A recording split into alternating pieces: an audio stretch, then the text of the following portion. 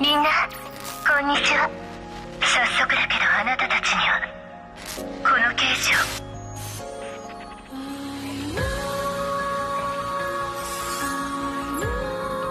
を。もしかして俺たちはもうこの先に進めば、きっと私もあなたたちのように助け合えれば。中に入ったらまたもう一人の私がいるのかい？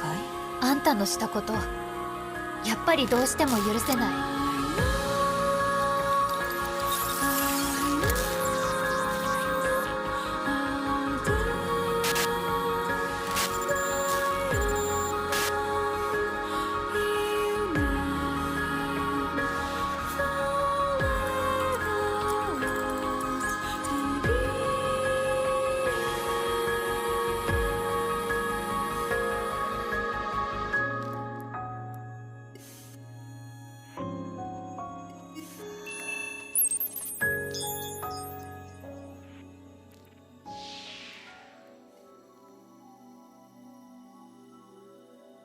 Immediately, we see a piece of information that potentially sets the period we are going to experience, as evidenced by the rotation of the Earth still being along its normal axis.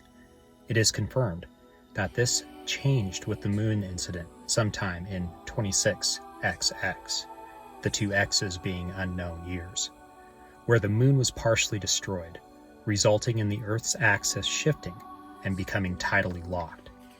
In this, it is approximately longitude 30 west to latitude 160 east that remains in constant darkness.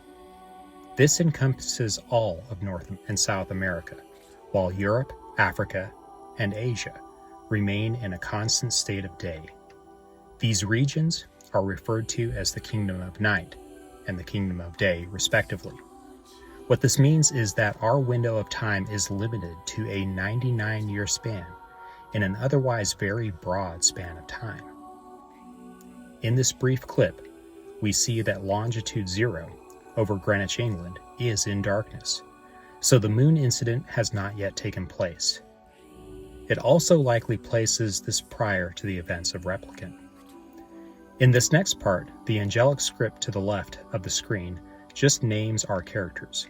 4 for Udeal, Prisoner for F66X, etc.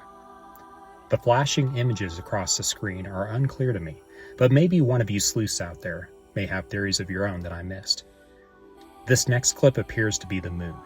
I cannot be certain here, but I tried to find a landmass that matched this apparently coastal region, but then started to notice what appeared to be craters, leading me to speculate that this is in fact the moon.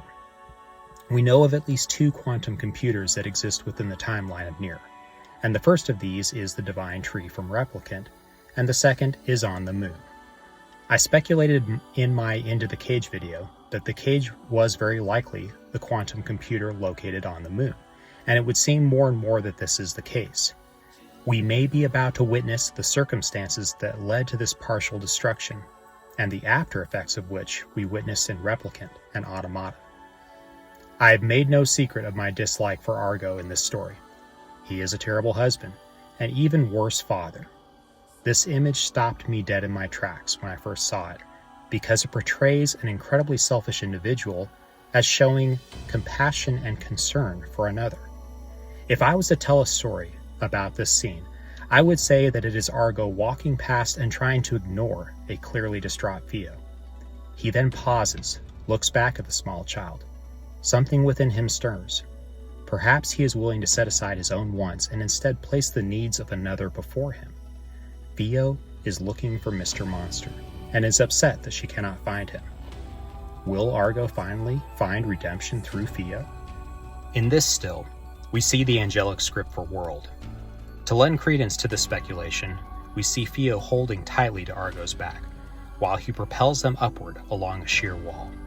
An incredibly touching moment considering the man we are talking about here. 2 points of note from this next scene.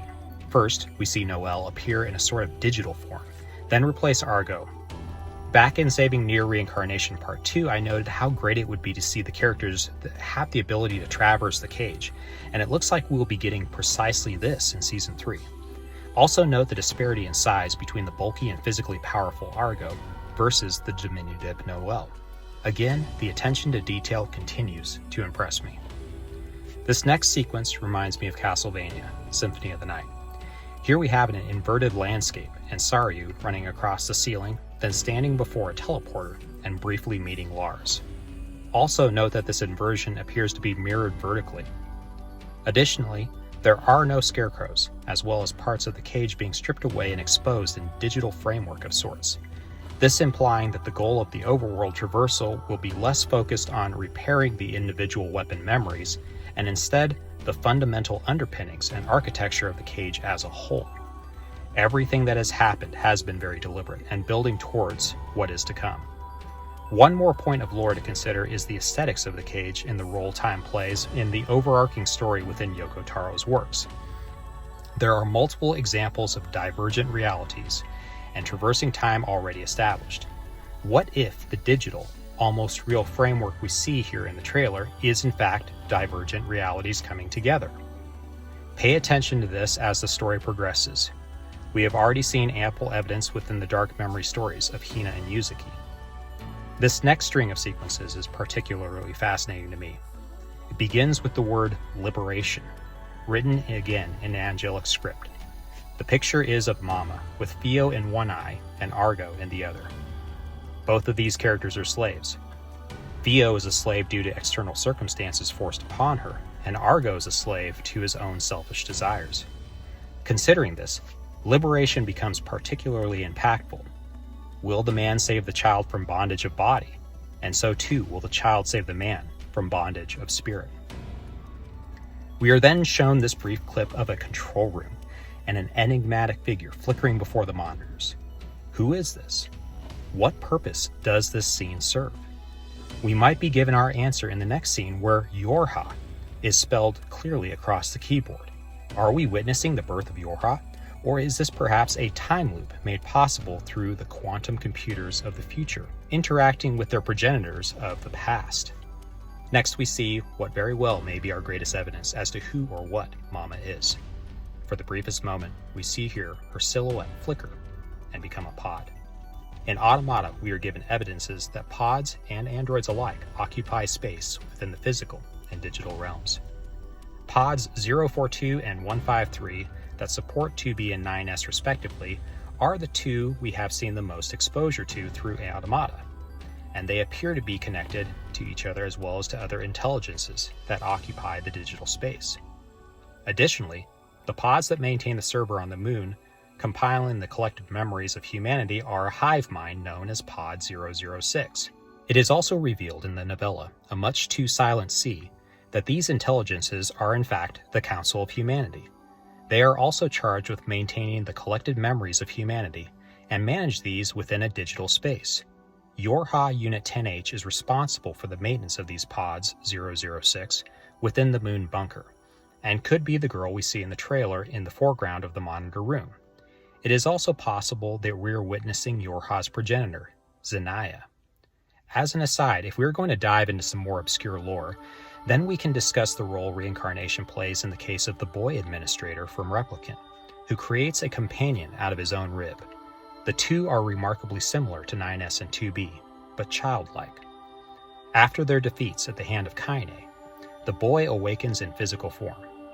There is more to this story, but I'll jump ahead to Zenaya, the creator of YorHa. He created two other androids, a male named Number 9 and a female named Number 2.